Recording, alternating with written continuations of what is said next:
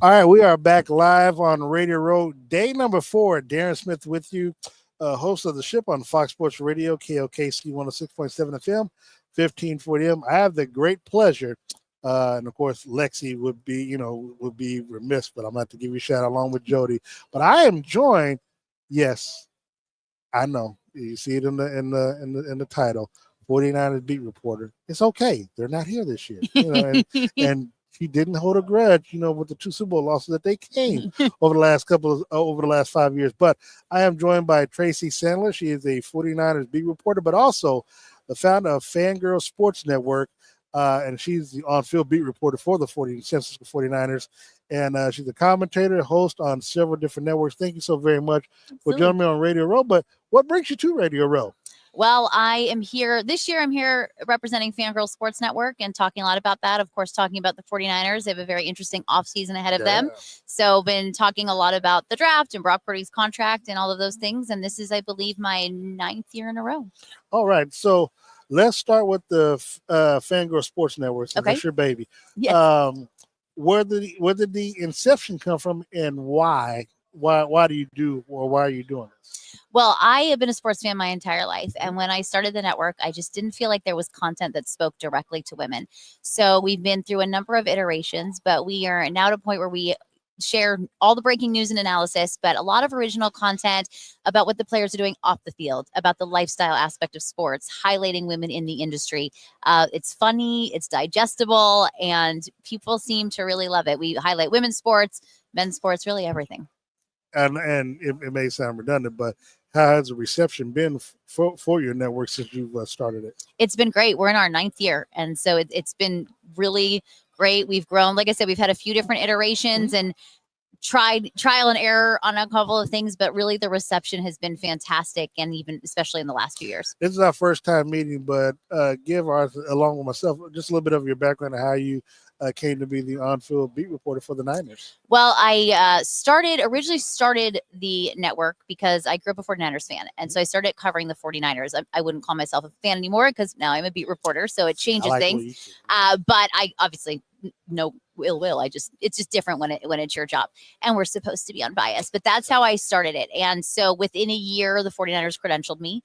I think they liked what I did. They saw that I was serious. I was covering their community events. I was covering on the field. I was covering off field. And so they credentialed me within a year. So I just finished my 9th season. I'll be going into my 10th season covering them, which I can't believe, but that is how that began. They've also been through quite a few iterations since I've been there, but they're a great team to cover. I really enjoy it. You talk about, so what if there are, what has been some of the challenges that you would see that you may have faced in covering the Niners, or just in your role as a beat reporter for them? Or, I mean, I think, or as a woman in yeah, I mean, I've been very lucky in that way. The 49ers are a great organization, and they really are so supportive of women in the industry. And the beat is great. Most of us have been on it the entire time, and they were very welcoming right from the get-go. So I've been lucky not to experience some of those things where you might walk into a beat and people think, like, who are you? And who is this girl? Who at the time, my handle was 49ers Fangirl. It's not anymore. It's now Tracy FGSN, but everyone was very welcoming. So, I think in terms of covering a team, the challenges are always, coming up with fresh new content. And when the team is not doing well, how do you adjust your content? How do you still make it fun? Those are kind of the everyday challenges. It's a lot of travel. It's long hours. Trust me. I always say to people, a lot of money. It's a lot, but it's great at the end of the day. And it is worth it too. It is. Because one thing, and I tell people this, that one of the best advice that myself and my co-host has gotten, this was around 2018 it was, we were covering the Chiefs home games, of course. But he said if you really want to gain the trust of the players, it's like you need to travel on the road. And the reason why, because then they'll know that you have an interest, and for some, it may, they may feel that it's more than just your job, is what you really, and for like some of us, we don't have like the financial backing where we come out of pocket and we may get a sponsor here and there, but the players know it. And also because it's not so many of the local beat reporters that travel outside of those that are, from the beat papers and stuff like that, the players, they tend to, when it comes to asking for interviews on the road, they'll do so, and then they give you a little better access at home, either in the locker room after the game or during the week, where they feel out now they got a little rapport, a little relationship that they'll talk to you more than they will talk to somebody else, just because they see you around enough to where you've gained their trust and vice versa. Yeah, like I said, I've been doing this now for 9 years, so I know them well, and I'm at every practice, I'm at every community event, I'm at every game, home or away. There are about 8 of us that are kind of at everything, and it certainly makes a difference.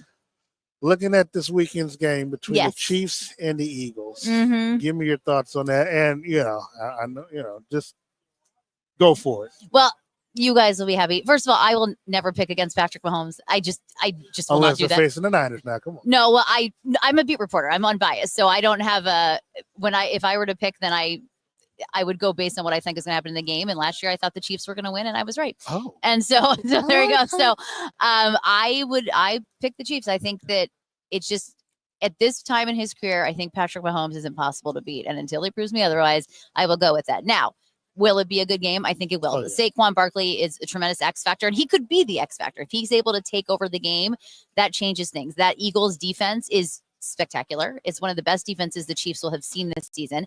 So I think that is going to create some wrinkles for Kansas City. But at the end of the day and at the end of the game, Patrick Mahomes knows how to win. Why do you think fans, and I don't know if it's more of a media creation or what have you, but on the national scale, but why do you think fans feel like they're tired of, or the Chiefs have somehow become the villain now as it relates to whether or not they're getting the calls from the officials or just Taylor Swift? And why do you think fans seem to get tired of the Chiefs all of a sudden? Well, I think when a team is winning over and over again, people get quote unquote tired of it. Not their fans, but the other fans, because they want to see something else. My feeling on that is if they keep winning, they're better than everybody else. Your team needs to be better than them to continue to win. So I do think that is a part of it. But I will share an anecdote. A few years ago, I was at a Super Bowl. There was a signing that I was at with a friend of an NFL player, and the Patriots were playing. And the person I was with said, "I'm so sick of Tom Brady and the Patriots. I want them to lose." And the NFL player, who did not play for the Patriots, said, "You should root for Tom Brady every time he's in a Super Bowl, because we'll never see anything like this again." And so I feel like as football fans, the Chiefs could make history. We'll probably never see that again. Patrick Mahomes is the best at what he does. We may never see a quarterback like him again.